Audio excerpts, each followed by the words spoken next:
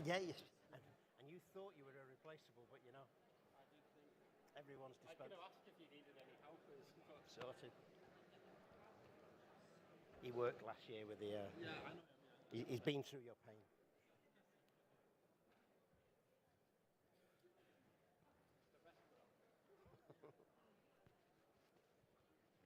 There's still quite a few people outside. So.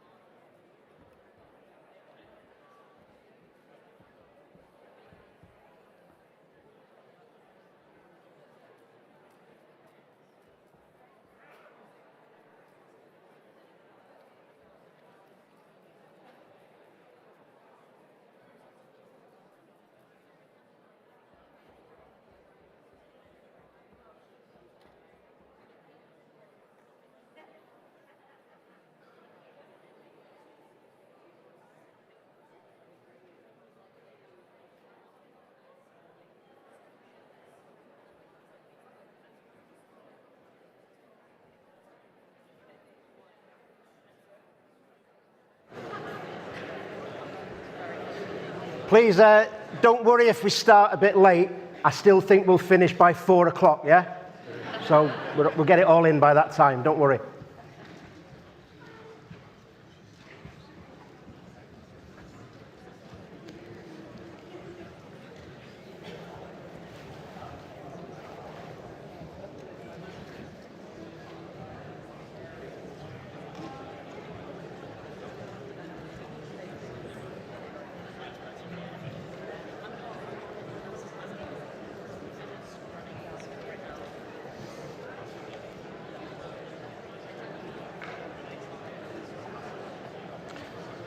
There's plenty of seats at the front here.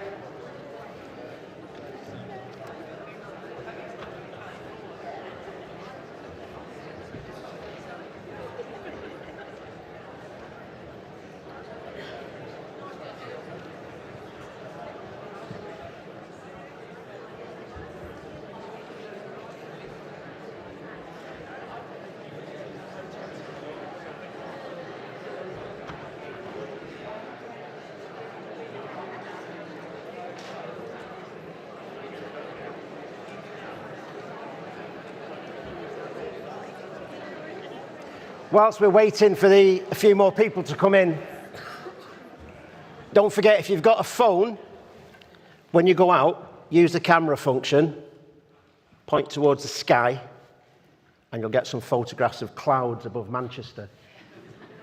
When I went out after my first talk, I couldn't believe it, because we've not seen clouds since the late 90s. Typically, from January the 1st through to December 31st, it's constant sunshine. So if you do come to live, work, study in Manchester, rest assured you can pack light. T-shirts, shorts and flip-flops are the order of the day. You might want to bring an umbrella if you've got particularly sensitive skin to protect yourself from the harsh northern sunshine. Right, are we ready to go yet, or are we still, no? Right, so they're going to the overspill. So for them, as they're just sitting down. So that concludes today's accommodation. No, that'd be silly, wouldn't it? I mean, ridiculous. Right, welcome, my name's Paul Burns, and I manage the accommodation office here at Manchester. And over the next 5-6 hours together, what I want to do is explore what you need to know. So everything I say, I know you need to know that, but there will be time around about 3:30, 4 o'clock to take some questions if you've got any, if I've left you unsure. Right, I should have mentioned as well, but hopefully you all read the information. We're not expecting a fire alarm to go off, so if it does, I'm going out. I would suggest you do the same, following the standard signs in every public building, and staff will be around to help you. So this first slide up here, we've got 5 pictures of Unsworth Park. Unsworth Park is our newest hall of residence, 1,100 bedrooms, arranged in flats of 10, usually 5 lads, 5 lasses together, each with a single room, ensuite facility, i.e. their own shower, toilet and hand basin, sharing a common kitchen dining room. I said 1,100 rooms. September last year, we had about 6,000 people expressed a preference for those 1,100 rooms. So, as my American colleagues would say, do the math. And if you can't do the math, then the next question is university the place for you? Because it wasn't that difficult, was it, really, if you think about it? So if you are struggling with that, think on. So, that might be considered a strange way to start. This isn't a sales pitch. It isn't. What I want to do, and what I will do, is tell you everything you need to know and hopefully manage expectations. So I'll tell you the truth. So let's skip that one, shall we? So we're going to talk about the process, how you go about applying for accommodation and getting it. We should be done with that by about 2 o'clock. Then we'll take a short break. I've got a guitar. We'll sing some songs, and then you'll go out into small breakout groups with a flip chart, magic markers, some post-it notes. Each group will elect a representative to feedback, because that's always an efficient way to share ideas, isn't it? No, it's not. We're then going to talk about the choices that are in front of you and what I think you should be thinking about, not just coming to Manchester, but any other university you might be considering. And then right at the end, I'm going to try and skip over the bit about cost, because that's really, truly depressing. This is the first of 862 slides that are all text-heavy with no images, and I'm going to read every word to you because that's not at all patronizing, is it? Right, so what do you need to know? Here we go. When you apply to university to study at university through UCAS, that's a centralized system. But every university has a very different approach when it comes to accommodation. So what I say applies only to the University of Manchester. If you've been to Leeds, Bristol, wherever, and listening to their accommodation talks, whatever they say applies only to them. We've all got a slightly different process. So please don't make assumptions that if they do it, then the others must do it. It doesn't work like that. You can apply for accommodation once you've received an offer to study. I'm going to assume most of you are thinking, I know you're not, because we had a chat, you see. He's thinking of taking a gap year. Most of you are probably thinking of coming in September 24. So your application form for accommodation will go live in December probably December the 15th, 23. However, you can't apply until you've got an offer to study. With an offer to study comes an 8-digit university ID number, and that number allows you to create what we call an e-accommodation account, and you start the application process. Don't worry if you don't receive some of you won't receive an offer till the spring of 24. That doesn't disadvantage you. The key point is, once the form goes live and you have an offer to study, at that point you can apply for accommodation.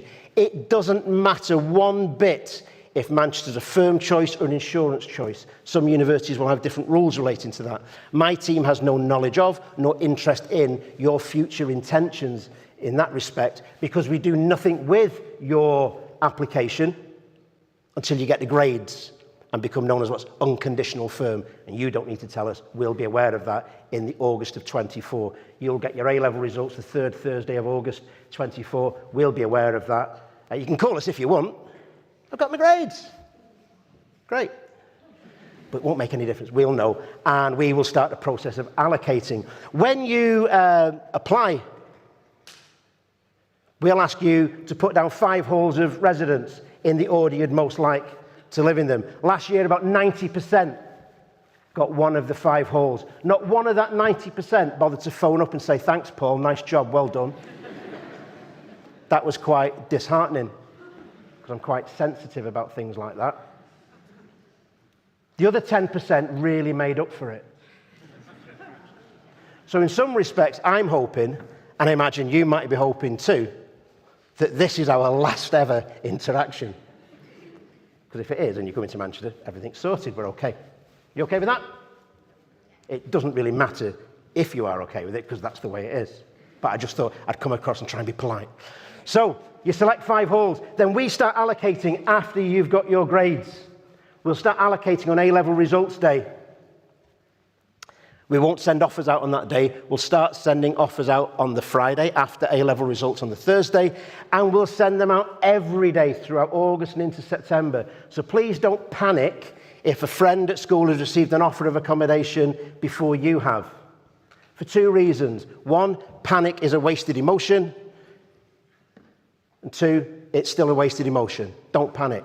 We'll get to you. Everyone will receive an offer of accommodation. That offer is going to go to your email address that you put down on the application form. Make sure you don't use an email account your high school has given you, because post A-levels, that email account will have been disabled and you'll find yourself in Decathlon or go outdoors looking for a tent, which isn't a problem because Manchester's got quite a benign climate.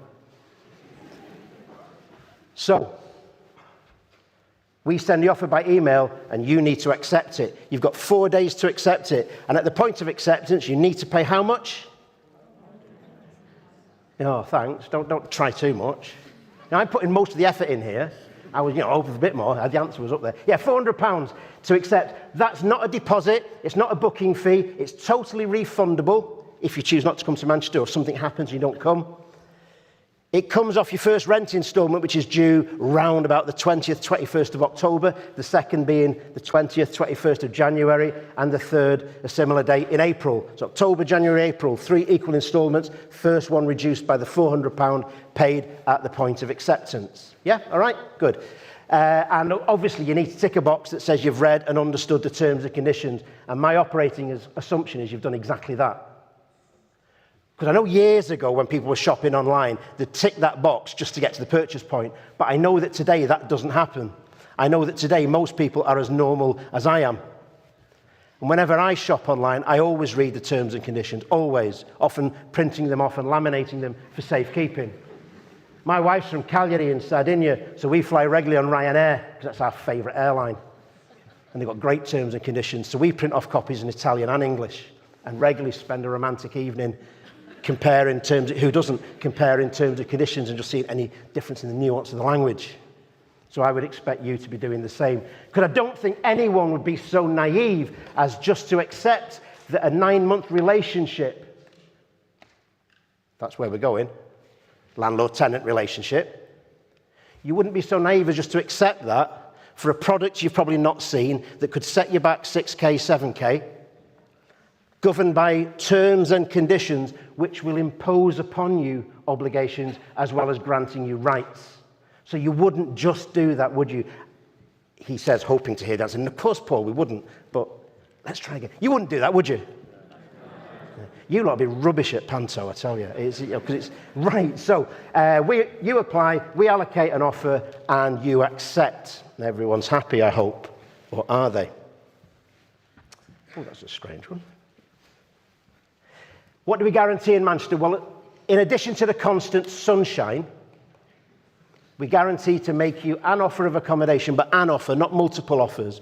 We guarantee to make you an offer of accommodation if you're coming for your first year of study. If you're an international student, that guarantee extends to your second and third years.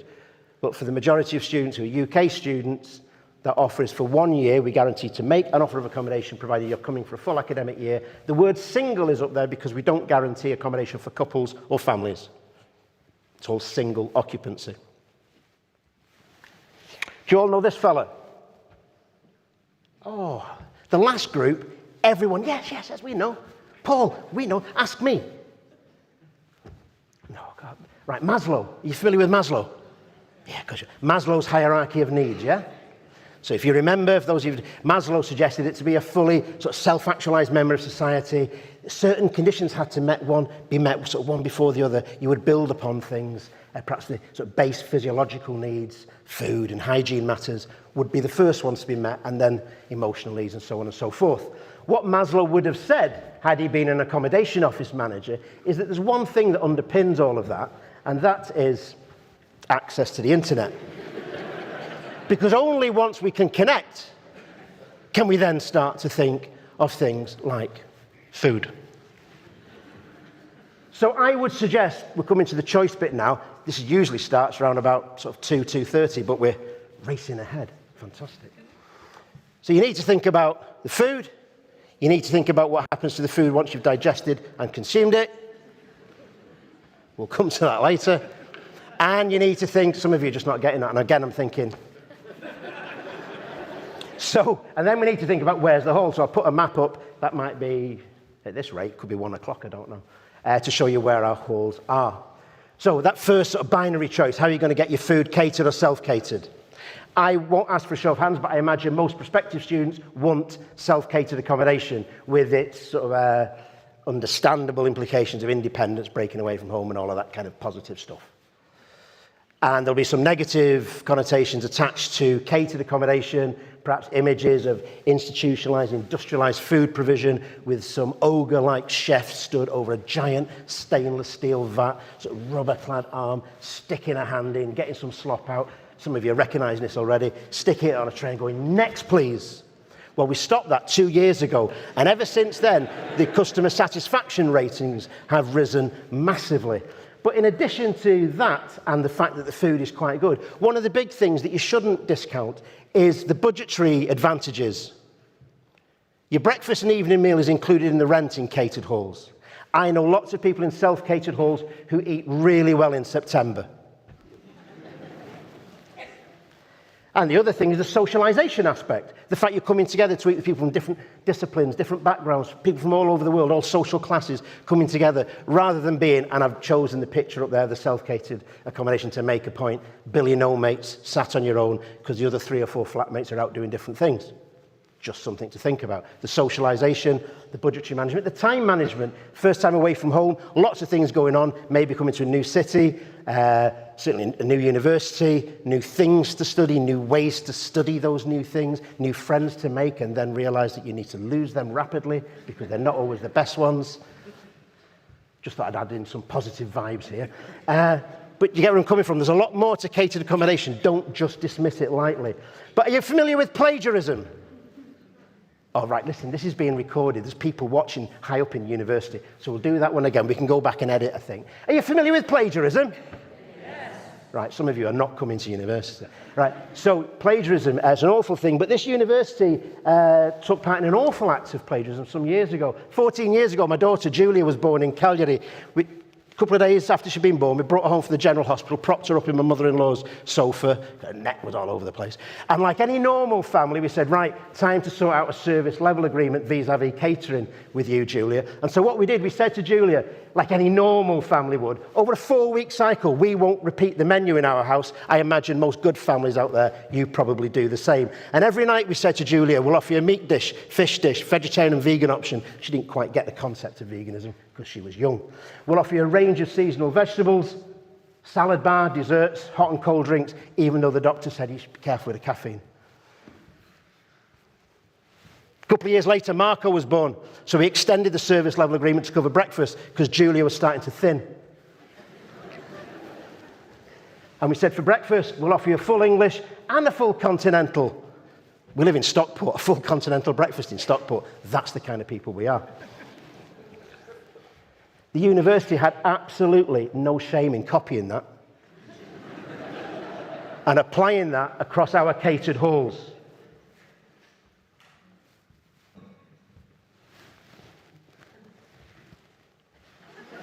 The salad bar, there is a salad bar, but unfortunately the salad bar is only available to white middle-class women.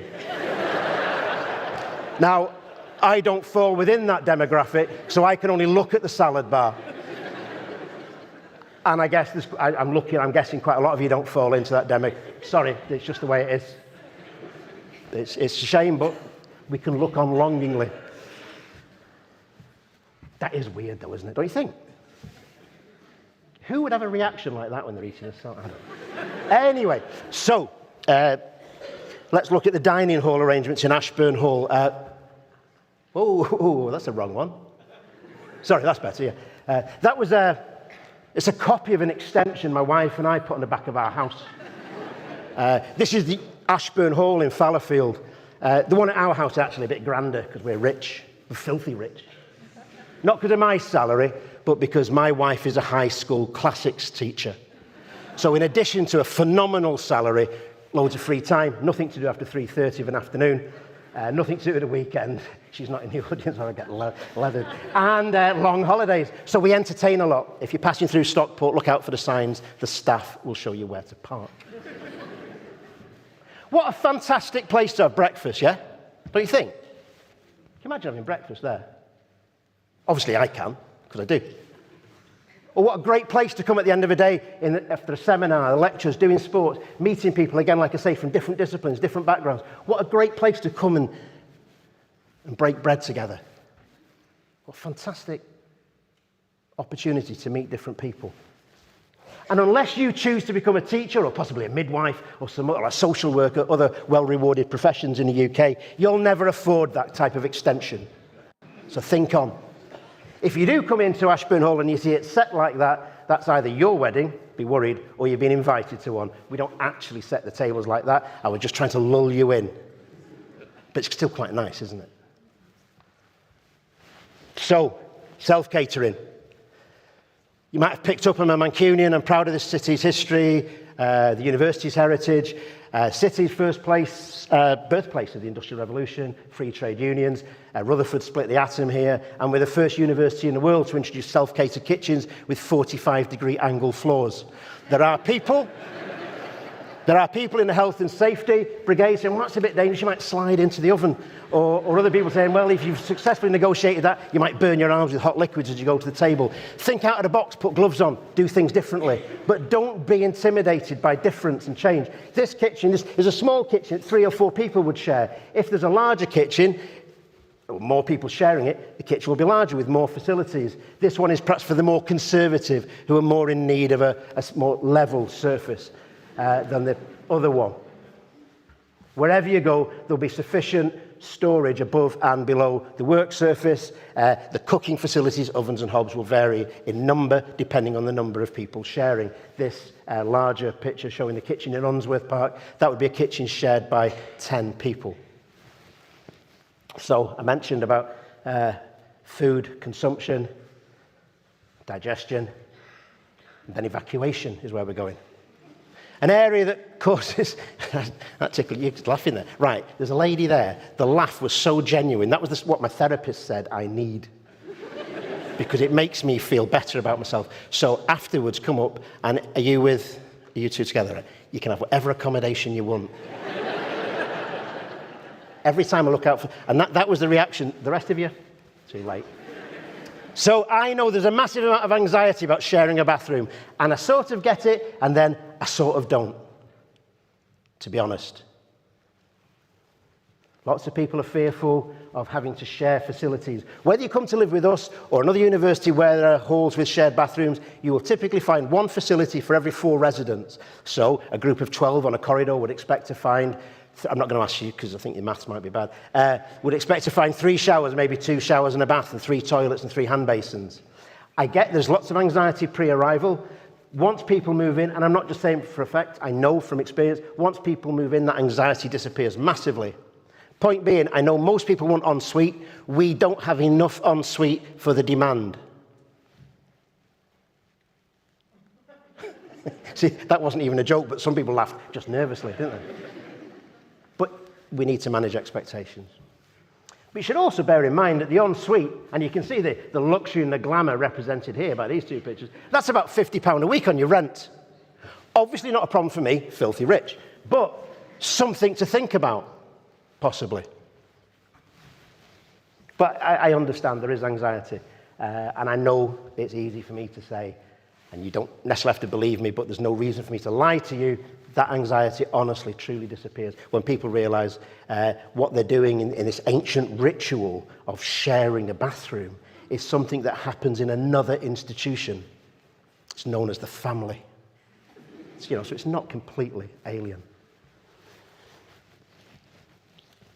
So, rooms.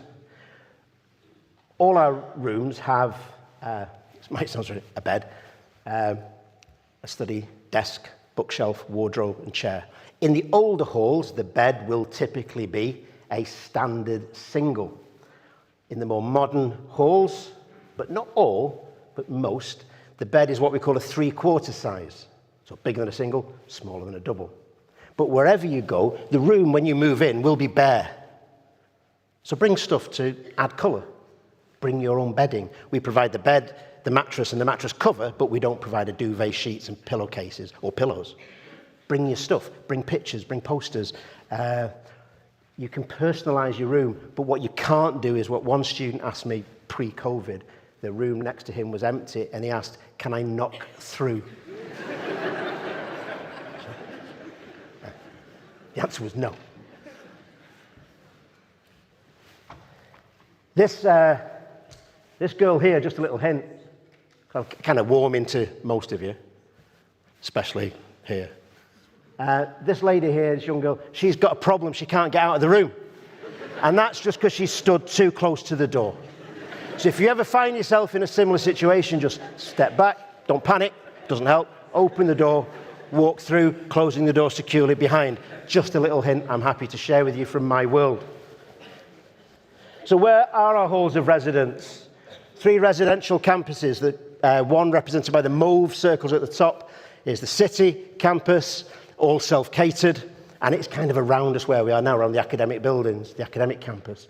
A little further south, a 20-minute walk, is Victoria Park. And the furthest south you can be from where we are now is the Fallowfield campus, about 4 kilometres, maybe 4.5 kilometres. For those of you not familiar with Manchester, just at the top, just like to right, you can go and visit Manchester City Football Club, the best team in the land, in fact, in all the world. Oh, that fell, didn't it? Right, so in the interest, I'm a bit shocked by that reaction. So in the interest of balance and fairness, I will accept, for those of another persuasion, over to the west, just outside the borders of the city of Manchester, in the neighbouring borough of Trafford. You can, if you're of another persuasion, go and watch Lancashire County Cricket Club. I thank you. Right, Fallowfield. That's how Fallowfield looks at the moment. The relevance of this is the area up here, these green roofs, that's known as Owens Park. The demolition of that will start in November of this year and will no doubt be going on in September 24. It won't have finished. Just thought I should let you know. And eventually, not only are new buildings going to be put up, but also fully grown trees. Interesting concept. But in all honesty, that redevelopment of Fallowfield, which has taken place and which is described in some detail on the university website, and more detail will be added, to be honest, that will, I would have thought, not benefit any of you, because it'll take a while to do. But what you should know is that Fallowfield, there will be construction work going on for the next few years. Initially demolition and then construction. When it comes to search for accommodation, like any search engine, different parameters, but they mirror, or rather my presentation is mirroring the way our search engine is set up. So halls are, you search for them by the way food is provided, catered, self-catered, the way the bathrooms are arranged, shared or en suite. And obviously location and price is there. And you go through, you look for your halls, and then when you apply for accommodation, you'll be invited to register when you've got your offer to study and your university ID number, which I mentioned at the beginning. You create a password, go through an email verification process, blah, blah, blah, and then you submit your application. Fairly straightforward, I think. This is the penultimate slide before some students who've lived and survived in halls come up, and we'll take some questions. Final things to think about. The prices for 24-25 have not been published and will not be published until spring 24. I don't know exactly when. It's usually sort of March, April. The prices here, we've got 8,500 rooms, so numerous price points. So obviously can't illustrate them all. So I've put the two extremes really to give you an idea of the prices for 23-24. So Oak House is the cheapest. That's in Fallowfield, self-catered, shared bathrooms, 8 people to a flat, usually 4 lads on one floor with a shared bathroom, 4 girls on another floor with a shared bathroom, and then on one of those 2 floors, a shared kitchen dining room space. That's the cheapest. The most expensive at Dalton Ellis, which is catering provided 7 days a week in Victoria Park, and within that hall, there's about 80 rooms that are en suite. So there's the en suite premium, plus the catering, pushes the price up to about 225. The majority of residences for this coming academic year, the price is falling between, I would say, about 155, 180.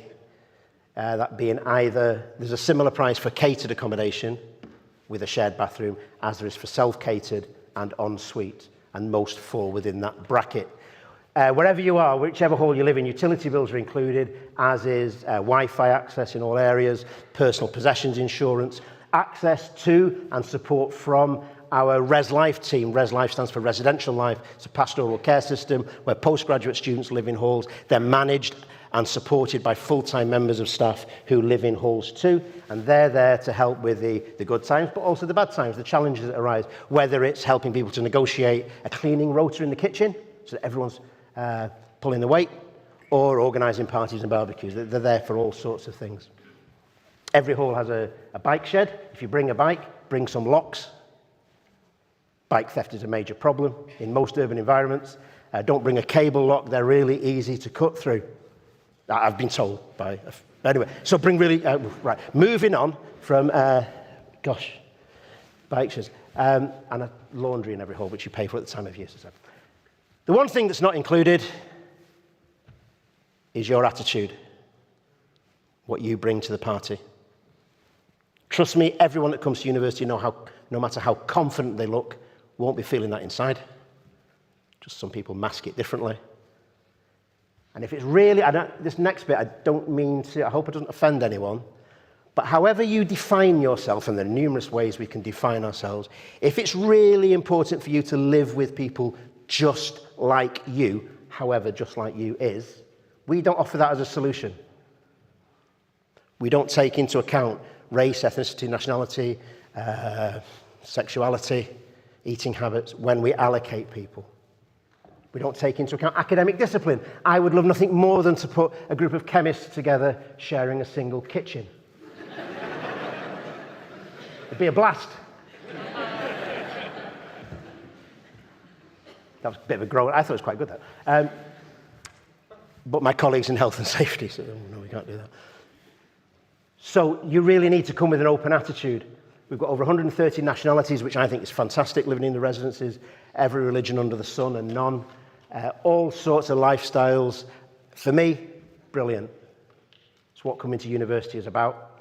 It's a university. It's about diversity in a city which is fantastically diverse and which I'm proud of, and in a region, Greater Manchester, which is equally so. So it's really important, I think, just to have that in your head. If you're not comfortable with that, I think it's better that you know now than be surprised when you arrive. And on that cheery note, but serious note, I'm going to invite you guys to come up front. They are going to say their names, the type of hall they lived in, so you get an idea. And then I'll invite questions, if you put your hands up, questions directed to these guys or myself. And we're on time, don't worry. Please. Hello, I'm Amelia, and I'm in Unsworth Park, which is self-catered ensuite. Hi, I'm Georgie. I was in Dalton Ellis with a shared bathroom and catered. Hi, I'm Miles, and I was in Whitworth Hall, which is in the capital city. I was in self-catered and shared bathroom. Okay. If you put your hand up, I'll pick you out if I can see. Anyone got a question? Oh, come on. Right. Yes, madam. Do you have a rota system? Do you organise the cleaning of the facilities? Or do you just... So if you didn't hear at the back, the question was, in your flats, is there a rota system for organising cleaning and such like? How did you get on with your flatmates? So for me, we have a cleaner twice a week who comes in and cleans all of the communal areas. And I know for the shared bathrooms, they get cleaned I think twice or 3 times a week. And then for the bin, there is a rota, but to be fair, most people in my flat are good at just, if it gets full, kind of just taking it out. Yeah. Yeah, we had the same thing. So we had a cleaner on Tuesday and Thursday, and in terms of, and they cleaned the communal areas. In terms of our responsibilities, we cleaned our own flats. So they never enter your rooms at all. So that's your job, it's your domain. And in terms of a rota, there is a paper given to you where you can say, this person does this on this day. We didn't really do that. We just sort of did it however we wanted to do it. Yeah. Yeah, our Res Life team can come in and help if a flat isn't communicating very well for whatever reason. As long as someone in that flat says, hang on, it's not working here, as long as someone tells us, then we can come in and diplomatically try to suggest some solutions. It's not uncommon. Any other questions, please? Yes, madam. What support does the university offer for sorting out accommodation in years 2 and 3? Right, I'll tell you what we offer, and then if you want to explain how you found private accommodation. Manchester Student Homes is a University of Manchester and Metropolitan University of Manchester funded organisation. All the staff work for the University of Manchester. We finance it, so it's a free service for students, and we have a list of accredited landlords. So if I was the landlord and I was, the relationship was still between, say, you and me, and I might not care at all about you, but I do care about the next tenant that the university is going to provide me. So that bigger relationship is really important to me because I don't want to jeopardise that. So we would suggest if you secure accommodation through Manchester Student Homes, although alternative providers are available, there's more support in terms of contract disputes, or just a simple question like, I've been offered this place at this rent, that seems a bit cheap. So actually, no, that's right for that area, or not, as the case may be. So that's the official answer, but I don't know how you found private accommodation. I just found mine online, found a landlord, and then they showed us around a few houses in Fallowfield, and then me and my friends just decided what one kind of we preferred the most. When did you do that? I did it quite early. I did it in November. Yeah. I asked because 3 or 4 years ago, I would have said in this environment, oh, wait till sort of March time. Don't rush. But I get the impression from colleagues and from students that search is going ever sooner, so November. But Yeah, no, I definitely agree to go earlier if possible, but obviously it can be quite hard with making friends in first year. So I think most people going from first to second year like you did, you met people in your first year, became friends with them, and then you all worked together to try and get a house. There's other options as well. I've lived in houses for the past 2 years after living in halls. But a lot of people do like private accommodation through like the many different accommodation where they just live in a flat with different people. So there's like a lot of different options whether you're the sort of person who wants to live in a big group of people and share that sort of communal space, or if you'd rather be by yourself. But obviously that tends to be more expensive. I stay privately through the portal that he mentioned, Manchester Student Homes. They are good because they vet landlords, and if you bring them a contract, they will read that for you as well, which is very, very helpful. And I would echo what they said earlier, in terms of starting earlier. I would say, based on my experience, January is sort of a good middle ground. If you go earlier than that, it's fine, but it's very early if you go earlier than that. But January is, from my experience, sort of when you should be starting by then, in my experience. Yeah, I recommend December or January. Okay, anyone else? Yes. If you already have your accepted firm offer for the grades and coming in September, does that guarantee you getting the accommodation you want? No. So are you talking for September this year? We started sending out offers of accommodation for people who had been on a gap year, and so we've already got the grades, but we still keep a quota for each hall because that would be unfair on the A-level cohort because there'll be about 1,500 to 2,000 people we allocate accommodation to in June for all sorts of reasons, because they're taking a gap year or their grades are known earlier. So we attach a quota to each hall so that when we deal with the majority A-level students in August, every hall is still available. So if you get your accommodation offer, you don't like it as gap year student, could you change it before? Right, well, the answer to that applies to anyone who receives an offer of accommodation they don't like. The two choices are, one, to reject it, and if you click the reject button, you'll get another dialog box will pop up saying, are you sure? Do you really want to do this? So you can't do it by mistake. And if you reject the offer, then we do not guarantee to make another, and we invite the person to contact us in September because we guarantee to make an offer. So what I would recommend is if you receive an offer for something you really don't want, accept it. Safe in the knowledge you'll get the £400 back if you find an alternative in the private sector. Accept it and then write and say, okay, I've accepted my offer. In an ideal world, I'd like X, Y, and Z. And the way it can work in practice is, for argument's sake, you want it, I'm going to pick two extremes. You wanted Unsworth, you've been offered Oak House. Very different halls of residence, and you're not happy with that. But there may well be, as time goes on, someone who's been offered Unsworth because they wanted it, they applied for it, but between applying and getting it, perhaps someone in the family has lost a job, situations change, and they can't afford it anymore. And our answer to them would be the same, accept it. And then we build up a list of people, and we think, right, we've got someone here in Oak House, cheap, or relatively cheap. We can swap them with this person who can no longer afford it, and we swap them over.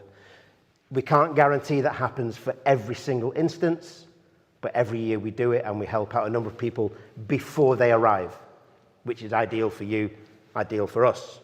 If that doesn't work and someone moves into a hall that they are concerned about because it doesn't meet their needs, there's a transfer system that doesn't kick in until mid-October, because very often people will find, actually, it's all right. My concerns have been allayed by my experiences. But if it's still an issue, then the transfer system kicks in and people can transfer between halls subject to availability. And there can be availability because lots of international students who may well have booked and paid for a room find, sadly, that they don't get a visa and can't come, and those notionally occupied rooms become vacant and we start to move people around. Hope that makes sense. It's the way it works. Any other questions? Yes. How good is the catered food? Yeah, so I was in catered accommodation. I was a couple of years ago. I would say that if you're not a fussy person, it's quite good because there's a lot of options and you'll normally find something that you like. It can get, like, obviously it's got a rota of everything, 7 weeks or something like 4 that. weeks. 4 weeks. But like it kind of just, you can get sick of it sometimes, but it depends on the person you are. I'd say if you're not very fussy, go for it because it saves a lot of hassle, and that's kind of what I felt as well. Also, So it's breakfast, and so I was in Victoria Park, so that was 7 days a week, and it would be breakfast and dinner. So you do have like lunches that you sort yourself out, and that's why every catered accommodation still has kitchens. They tend to be smaller because obviously it's just for those sort of meals, and if you're in Fallowfield, you don't have your weekends catered, and so you'll have a bigger kitchen because you'll be cooking on the weekend. So I feel like it just kind of depends on what you are as a person. Like, I'm not fussy, I'll eat anything. I've had school dinners my whole life, I don't care. So when I was like, oh, catered, oh, that's easy, I'll do that then. Right. So I'm conscious of the time and people will probably have other things to go to. We will answer every question, but if you've got a question, just come and speak. We're not going anywhere. Come and speak to us, come and ask us. Otherwise, I hope you've had a good day so far. I hope you enjoy the rest of the day, and I hope you have a safe journey home. Thank you very much.